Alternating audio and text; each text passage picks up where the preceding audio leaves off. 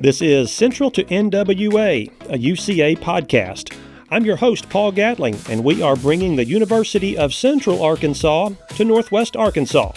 Each episode, we will talk with leaders, alumni, and innovators driving this region forward, people who are shaping industries and defining what is next for our state. Let's get started. Hey everyone, welcome back to another edition of Central to NWA. I'm Paul Gatling with the University of Central Arkansas, and today's guest is Dr. Bobby New, UCA class of 1971, technically December 1970 graduation for Dr. New, former superintendent of Fayetteville Public Schools. And Bobby, I've got to tell you, from the time you and I met a couple of weeks ago, I've been looking forward to this one. I've been looking forward to having you. We could tell some stories. You could tell some stories. Maybe not right here. Yeah, I've some of those. Let's. Some of those will. Coffee. Yeah, We'll keep those to No, ourselves. I'm teasing. They're good stories. Yeah, good yeah. stories. So solid memories. Yeah, well, most of my guests are still in the middle of their career, but your perspective. And today we get to talk about that, a life full in education. You have the chance to look back on your career and give me that perspective and talk about some of those things. So it feels a little like sitting down with somebody who's seen a lot and done a lot. So I'm looking forward to this. I think our listeners are going to enjoy it. I know I will. So first of all, welcome. Really appreciate you being here. Thank you, Paul. Glad to be here. So yeah, Dr. New, as we mentioned, spent decades as a teacher and a coach and school administrator across Arkansas, and wrapped up his career in 2009. 2009. 13 years as a superintendent at Fayetteville Public Schools. He also served 26 years in the Army and National Guard as an aviator, flying both helicopters and airplanes, and retired with the rank of colonel. So we're going to get into all of that. We're going to talk about UCA in the late 60s and early 70s and a lifetime in education. Bobby, let's start here. You're from Conway. You grew up in Conway, graduated 1965, I believe is the day. What do you remember about growing up in Conway? Just an absolutely quintessential, perfect little community for an imperfect teenager and young guy growing up. Right. But it was just absolutely wonderful. My school and education career was just tremendous. Mm-hmm. What's that Wampus cat cheer with the 5 legs, or 2 for fighting, 2 for something like that? I don't know. Maybe it's a hybrid of a hog call, but I'm not sure about. They may have started that after I left Conway. So, but Conway was itself. It wasn't even a bedroom community at that point. It was just Conway, right? And we went to the big city when we needed to shop, or Mother and Dad needed to take us to a Christmas event or something like that in Little Rock. But Conway was pretty isolated, really, we thought at that time. 32 miles. Well, and kind of like, the way Northwest Arkansas has evolved. We're Northwest Arkansas, but every town used to be, there used to be, Bentonville, and then you would go some ways and go to Rogers, and you'd go a ways and go to Fayetteville, and now it's just all kind of grown together, and now Conway has kind of evolved that way. Right. With Little Rock. Were you always someone who played a lot of sports? Did you play? I know you played football. Bobby New, member of the 1964 undefeated Conway Wampus Cat. You've done your homework. Football team. I believe it's being prepared, Dr. New. Thank you very much. Did you grow up playing baseball, football, basketball? All the above. And then as the pyramid I got older and the pyramid got tighter, I ended up deciding just to do football. And so, I gave up basketball, track. At the time, we only had Little League baseball and then Pony League, and so, but no, somewhere in that 14 to 16 age group, I think my dad said, you've got a choice. You can either go to work or you have no gas money. So, so I found jobs. We found jobs around Conway doing baling hay or doing odd stuff, and so it was great. When he put it to you like that decision real easy. Dad wasn't real subtle. It was, in fact, a real dry sense of humor. Right. So. All right. So graduated 1965, Conway High School, coming to a college campus, UCA, at a really interesting time in our history, 1965. What do you remember about campus life and just UCA? Of course, not called UCA at that time. I think is actually SCA. Yeah, State College of Arkansas. State College of Arkansas. And what do you remember about campus life then when you arrived? well, I thought, I'm from Conway. It's going to be sort of odd being in college instead of off somewhere. Yeah. But yet it was still isolated in a sense. And so even though we had a small enrollment at the time as compared to today, yes, it was just a really nice little 3 or 4 blocks from my home, but had no idea that home was 3 or 4 blocks away. Yeah. We just had a great college career. So the university, obviously, compared to today, I mean, just physically, much smaller, probably a lower student body enrollment. Did you live on campus for most of your time there? I mean, I don't know if living off campus was something. I did. Yeah. I lived in a dorm for the first year, and then several of us got apartments, and as we do today. And so, yeah, lived off campus. Yeah, and you also played football. Yes, I did. Right, I did. Right. What do you remember about that time and your football experience for theirs? Perfectly average career. Is hard to remember a lot about it, but we had great coaches. Coach Raymond Bryant was the head coach. Rex Lovell, Bill Stevens, Bill Nutter, who unfortunately I just passed away a week or so ago. Mm-hmm. He moved over into track solely or exclusively at some point in time, but they were Vance Strange.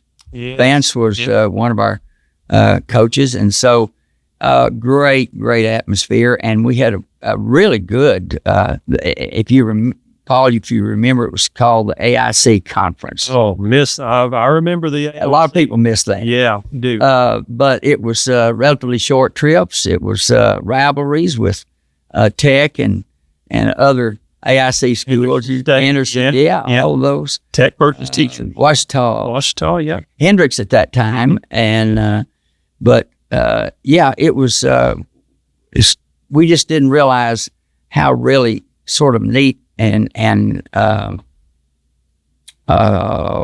guess just a way of playing football and not leaving the state. Right.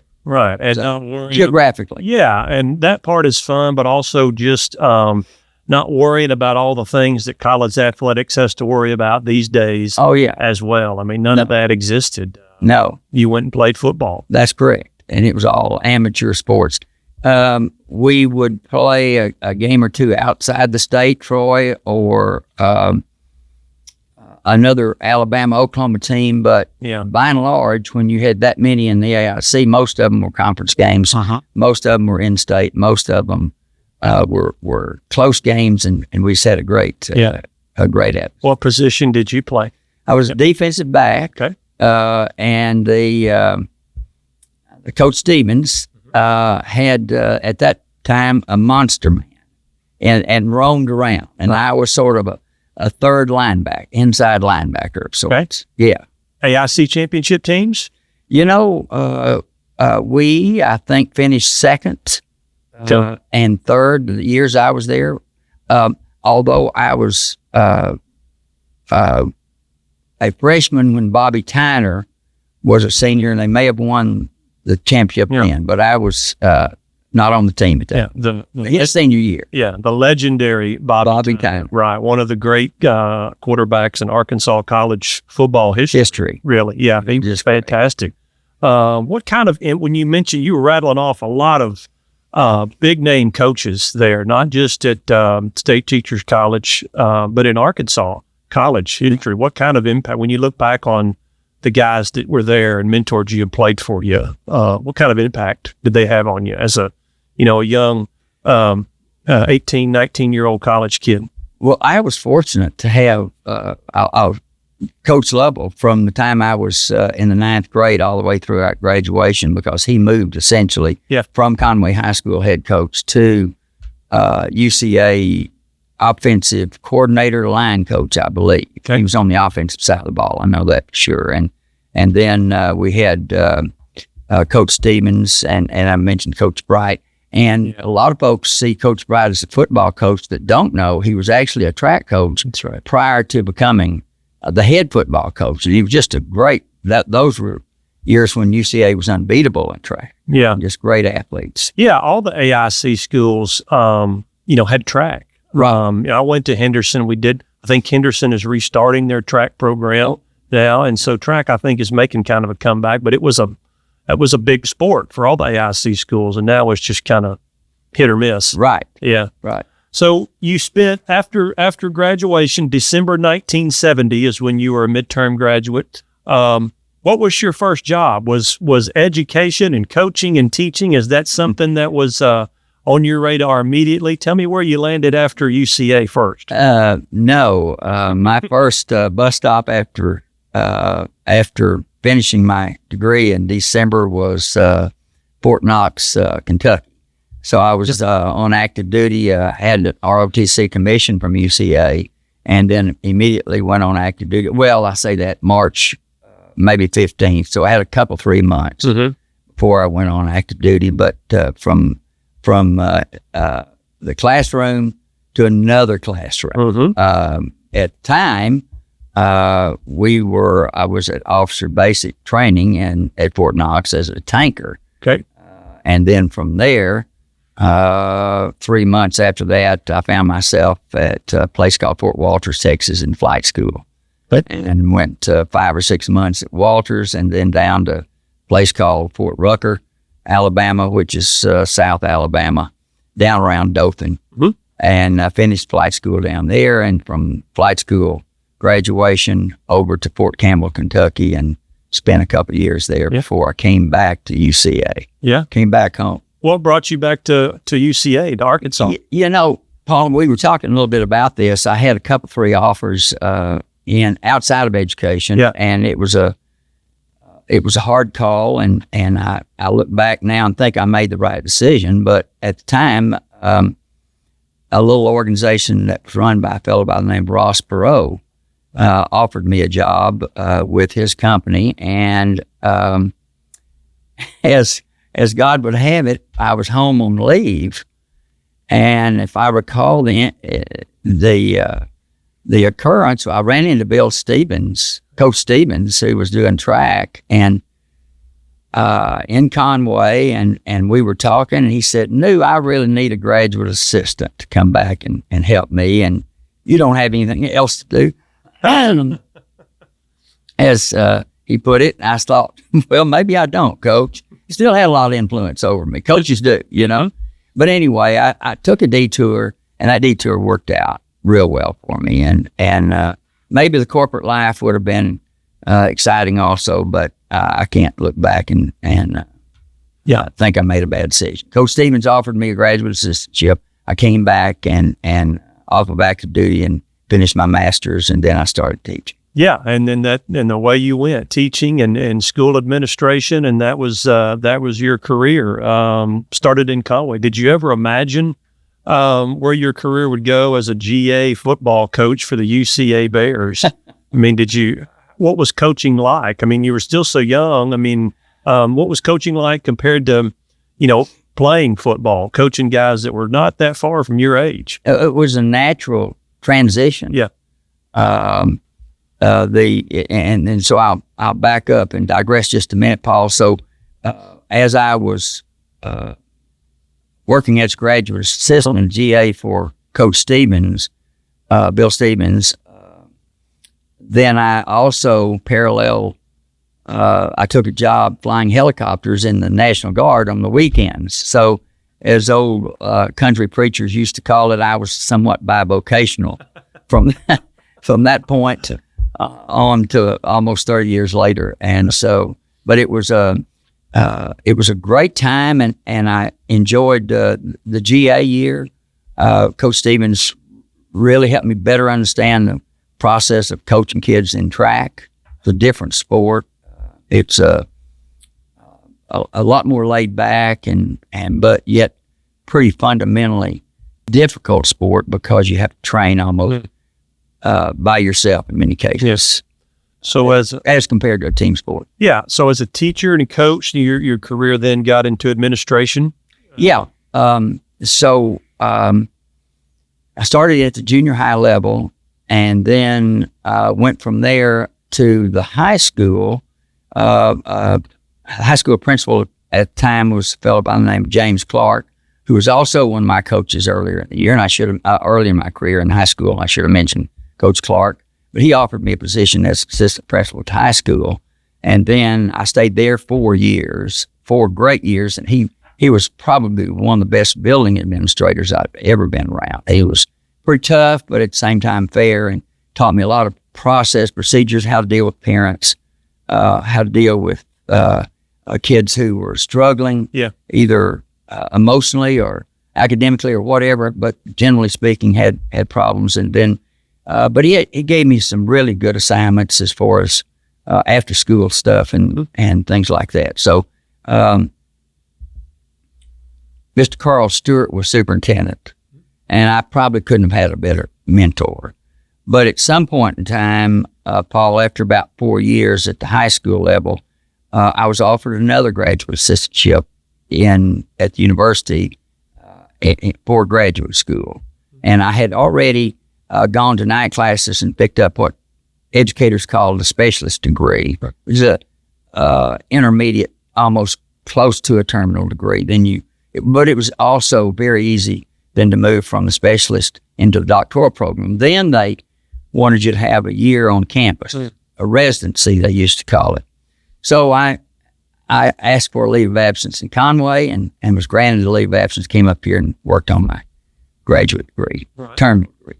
What would you go back to Central Arkansas for? What job awaited you after you finished? I went back to Conway and stayed in Conway maybe another 3 to 4 years, total of 7 years in Conway, and then was offered a job at the Department of Education working for the department as Tyler was director of secondary education in the state, which was kind of ominous, but it was a really, really good learning job. Stayed there 6 years.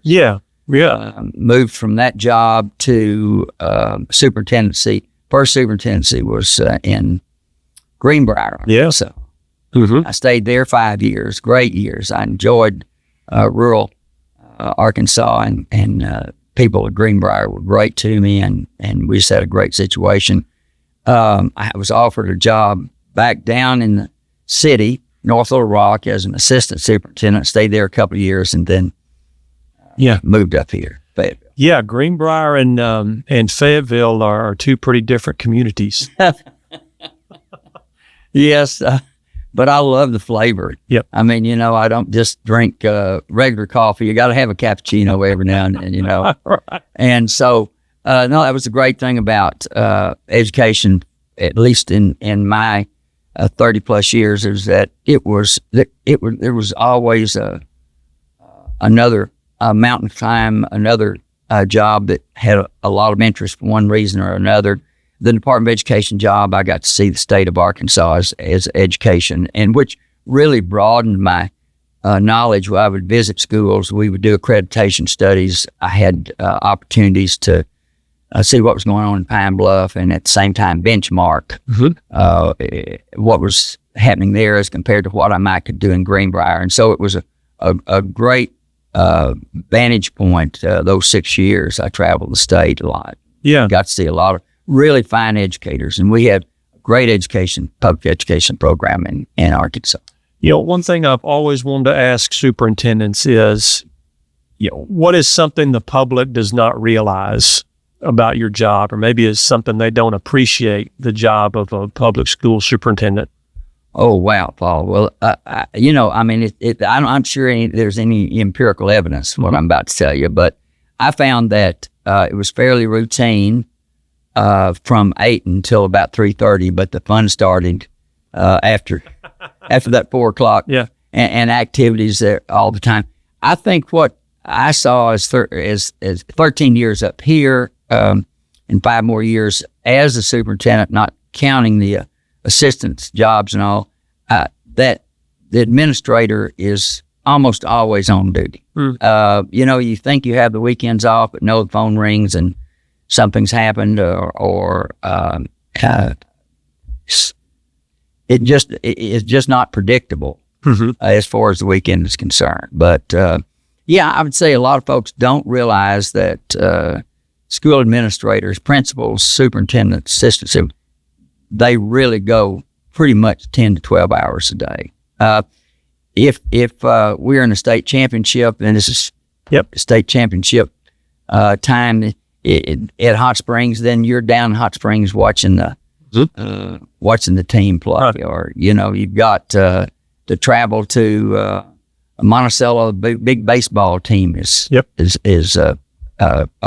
baseball games going on. So it's just a job that moves constantly. Right, and those are just two examples of two sports, not just the entire width and breadth of all the extracurricular activities. Absolutely, and we did, and I'd be amiss not to mention our band programs, everything from A to Z. And I was fortunate; we had a great band director, and so I was able to go to the Rose Bowl with our band. My wife and I went to Macy's Thanksgiving Day Parade. So really a lot of benefits with extracurricular activities, but also responsibilities as the year goes along. I can't help but chuckle of the comparison between a road assignment to Monticello and a road assignment to Pasadena.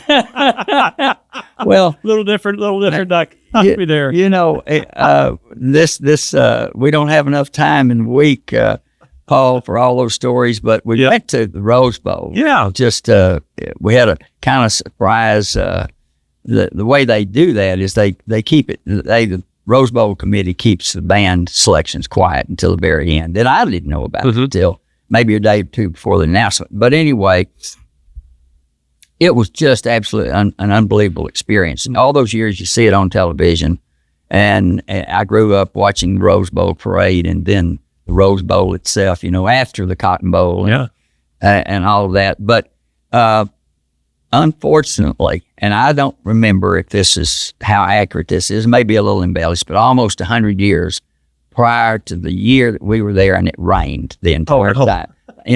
But it was our band did great. We marched the entire route. We were a little soaked up at the time. Those of us in the bleachers were a little bit wet, but anyway, it was a great story and a great time. I remember I've been to the Rose Bowl game one time.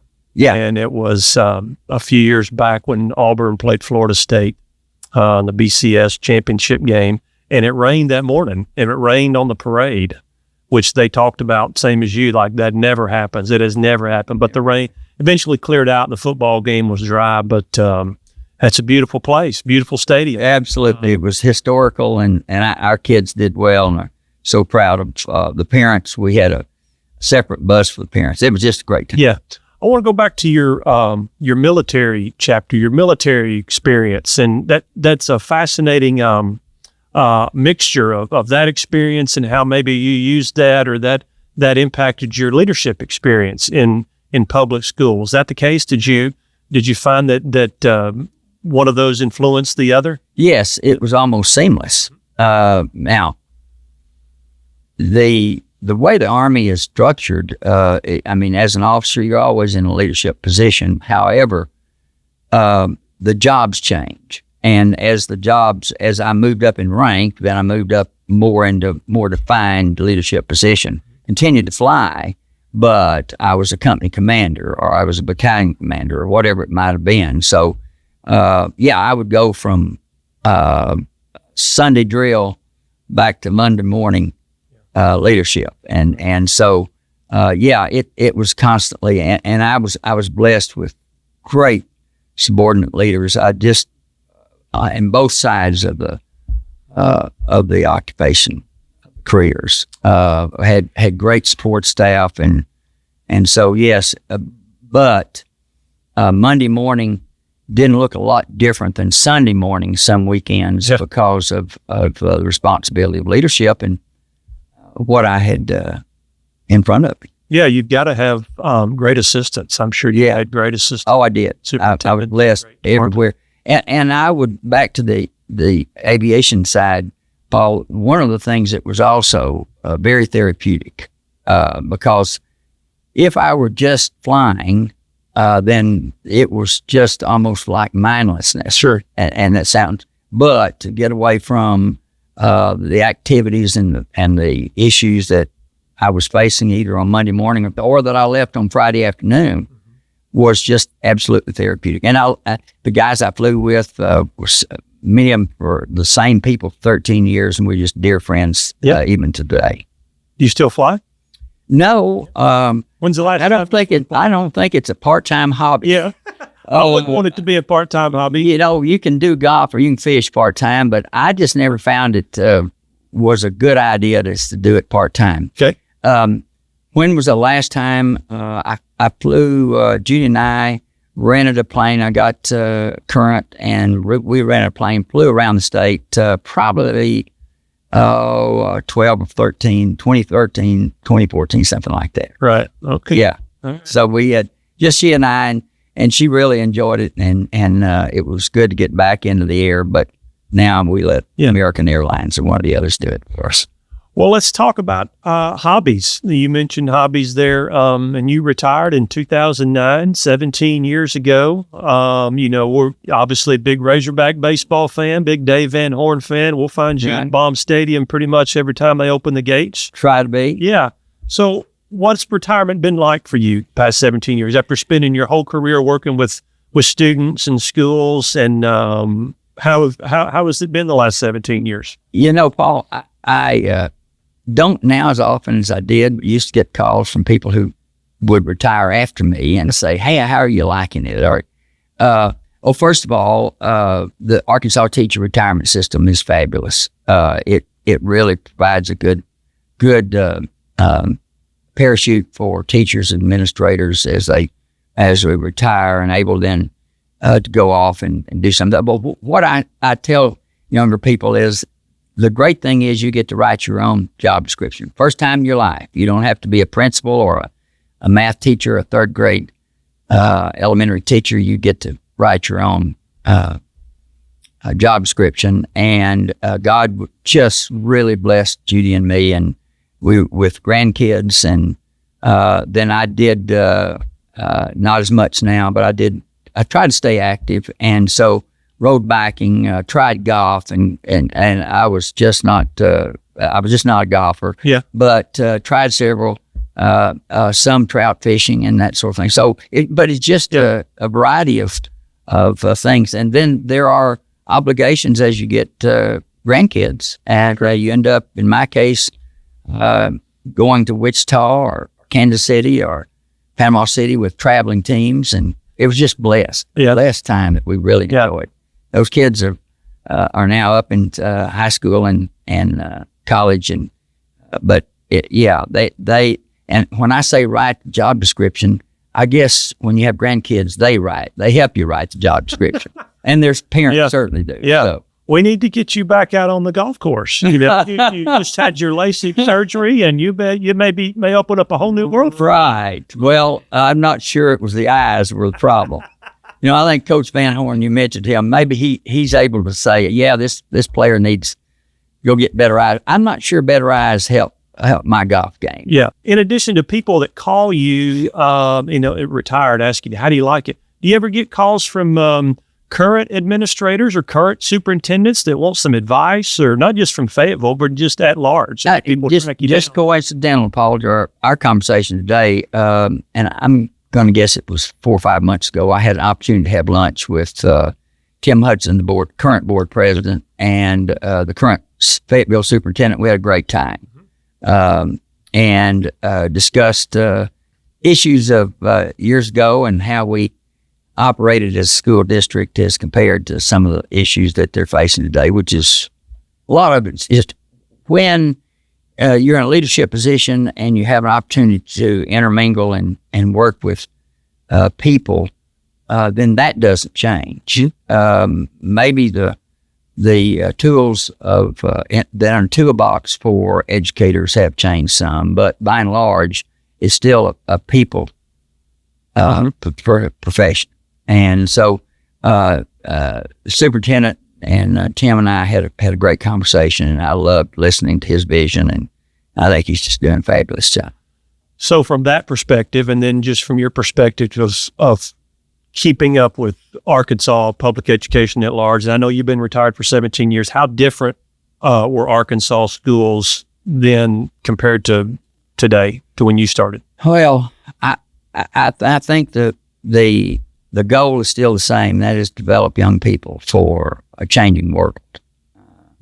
And as you start with that broad vision, then you hone it down into what are the subsets for educators, whether it is education for higher ed development, or is it career development, or whatever. You try to break the elephant down into smaller pieces to bite, and then you hope that you have really good teachers and you've got a good program that's disciplined and one that has great leadership from the school board level. But that doesn't change. That's fundamental education. Whether you're talking about using AI and technology today, or then as the technology was just emerging into education, still Johnny and Jane have to be presented the best education possible, best opportunities. Yeah. It sounds like you never really retire from education. I mean, it's still with you. I mean, I could tell you still think about it, and you're still as thoughtful and passionate about it as you were when you were in it. Well, I think, Paul, I'll go back to the grandkid stories. It's real interesting to see from a educator / grandparent perspective how those kids matriculated up and what kind of problems did they have, and looking at it from this side of the desk and not your side of the desk, but as a parent, I would see things that I would say, well, I wish I'd known to do this. Would have been a better situation for the kids than what I did there. So I was able to compare education with the grandkids as we got older. Right. Late groups. Sure. What do you, when you're looking back on your career, what do you hope that, the students seem to be very important to you? What do you hope your students and your colleagues remember about you when they say, Dr. Bobby New, that was my superintendent at Fayetteville? Yeah. Or what do you want people to remember about? Yeah.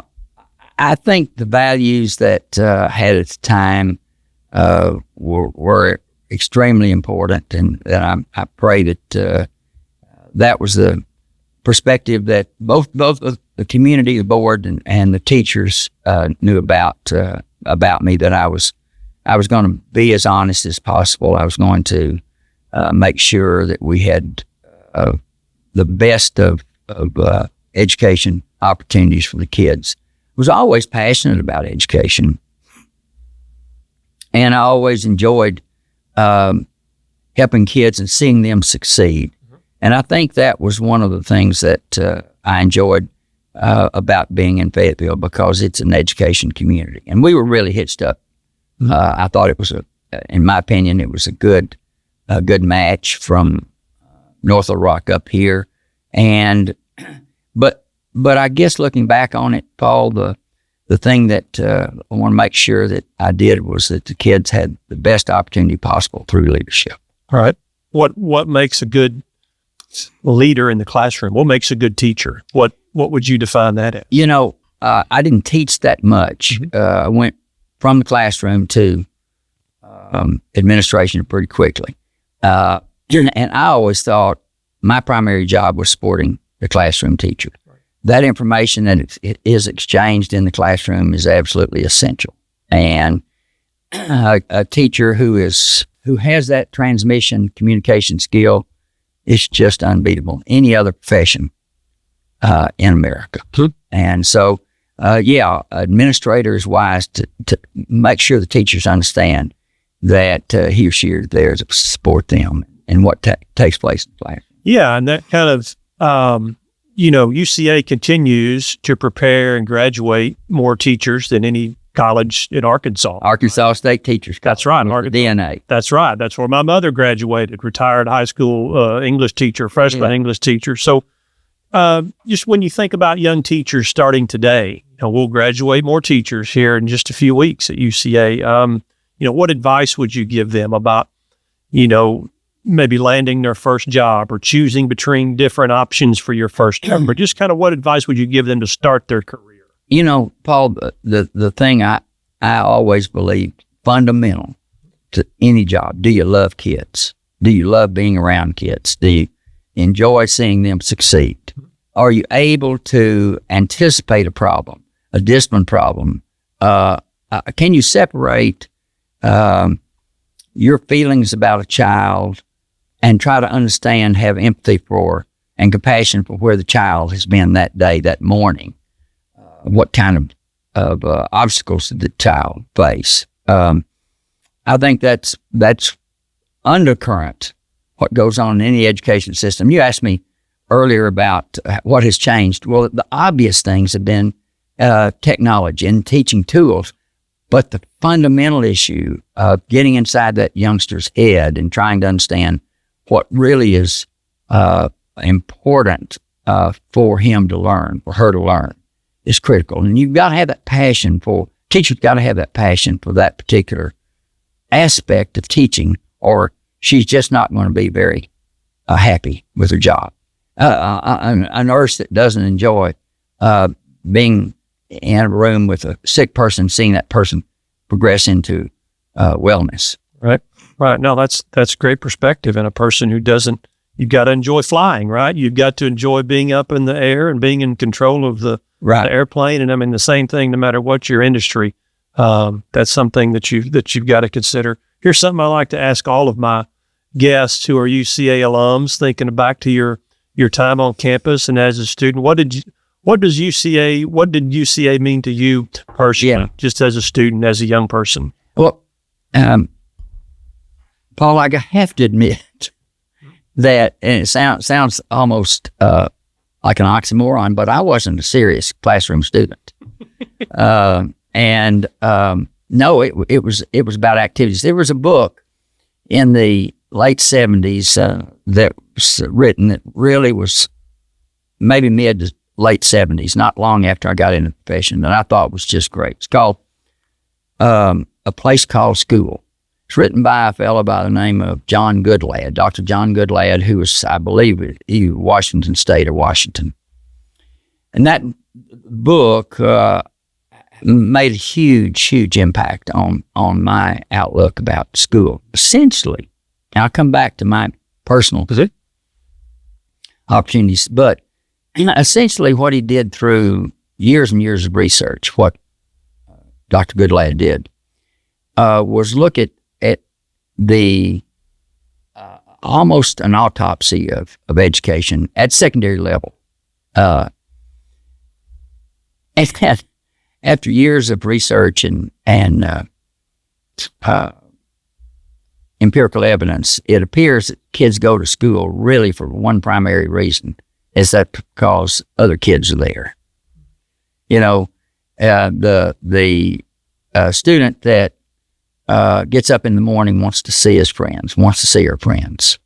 And so as you began to develop a culture or an environment for educators, you've got to look at what does that picture look like as it relates to the social system of education, rather than just the cognitive aspect of education. And so it made a difference as to how I approached helping young leaders, principals, how it helped me better understand the lunch period, which is just a great opportunity for learning. How does that work? Well, then you put bulletin boards up where kids will. I mean, there's just all sort of subtle things that you can do to help kids better understand that their friends are there, and we're going to be a friendly environment. Right. Whether it's extracurricular. I remember as I was on the Arkansas Activity Association board of directors, Paul, and we had a person in the state that was financially secure, and he was real. He was not an educator. He was real interested in starting wrestling in the state of Arkansas. Pretty foreign to us. We don't have it in college, even till today, right? But he came, this person came and presented to the board of directors his vision for a more inclusive sports program, meaning wrestling. It happens in all of our contiguous states. I'm not sure about Louisiana, but anyway. So we began one summer, the board met 3 or 4 times a year, but this so happened during the summers, the longer, maybe week-long board meeting, and he came in. So we talked about it at breakout sessions. We talked about it at dinner. The AAA is made up of superintendents and assistant superintendents from all sizes of school, from Fayetteville to Greenbrier, and that's a great it's a great makeup because you get perspective of what happens in rural education as well as suburban city education. Yeah.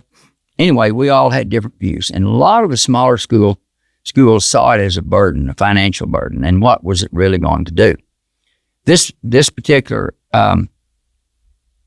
wrestling supporter, then agreed to buy the equipment for all schools that would participate. So not to get into the weeds, let me get on down the road where I was going to tell you. So my belief was, and I think we had evidence to support what I'm about to say. If a child is around a coach, if a child is around an extracurricular band director, choir director, I'll leave somebody out, and you always get in trouble when you do that. Extracurricular. Yeah, there you go. There's a better chance that student is then going back to a place called school, the book, that is going to make friends, and there won't be negative influences as much as if a child doesn't have that opportunity. Anyway, I think that year the boat failed. I'm not sure about the history of this, but that year it failed. I think the rural educators they just weren't interested, and I understand that. When you have a graduation class of 600 versus 60, sure, and there's really not that gap's pretty large. Anyway, but I appreciated their position. Well, we were able to bring that request back the next summer, and it passed. But I was somewhat passionate about it, and the reason I had no idea, the only time I ever wrestled was in off season. Yeah, that happened to be one of Coach Wright's favorite off season. Yeah, so we would wrestle. It's a foreign sport. You're not familiar with wrestling. But the fundamental issue is that it was going to open another career opportunity for kids who maybe were 116 pounds and they couldn't play football, they couldn't play basketball, but by gosh, they could be a wrestler. Mm-hmm. And it kept them after school. It kept them engaged in really good activities, positive activities. But that was just an example of what we tried to do at a place called school. Yeah, and the whole time you were telling us, that's the word that was coming into my head, is engaged. I mean, engage the students, and then where can that lead? In this case, sports more and more are an avenue for scholarship to college, and that's just another avenue for that 116-pound weight class student to be successful in his weight class and get a scholarship to go to college. Exactly. That might not have existed if we don't have wrestling. But anyway, no, that's all interesting. And your lessons in leadership and philosophy from a lifetime in education is terrific. And all of that started at UCA. It did start at UCA, and I'm sorry I got us off a little bit here, Paul. I can't say enough good things about my time at UCA, and we focused on the time that I was there as an athlete, but I was also a student, and I had some great instructors and some great times, great memories. There are 3 or 4 of us that still meet for lunch, graduates, and we talk about those times and the great things that went on at UCA. But it was a super environment. It was a small environment at that time. And I guess I didn't really appreciate the almost one-on-one attention that I would get from instructors or coaches or whatever. No, I think it would have been, because I was not a serious student, I think if I had not had coaches and teachers as counselors, Yeah. I would not have I wouldn't have continued the path. But as it turned out, UCA was the right. Yeah, they were pretty hands-on, very hands-on. Yeah, very engaged, back to that word. Absolutely. And so, yeah, well, listen, Bobby, really appreciate you being here. As you mentioned earlier about schedules, I know being retired, you're not used to having a whole lot of dates on the schedules to be somewhere at a certain time. So really appreciate you coming up here. It's Razorback baseball. Razorback baseball day. So, yeah. That's right. I know that the retired schedule is different from the 9 to 5 schedule. So it's great to visit with you. Thank you, Paul. That's been fun. Yeah, I really appreciate you being here today. So, all right. And that's it for this edition of Central to NWA. As always, we appreciate you tuning in. Until next time, go Bears. That's it for this episode of Central to NWA, a UCA podcast. I'm Paul Gatling, Senior Director of Northwest Arkansas Engagement for the University of Central Arkansas. Be sure to subscribe to the show and follow UCA on all the appropriate social media. I'll see you next time on Central to NWA.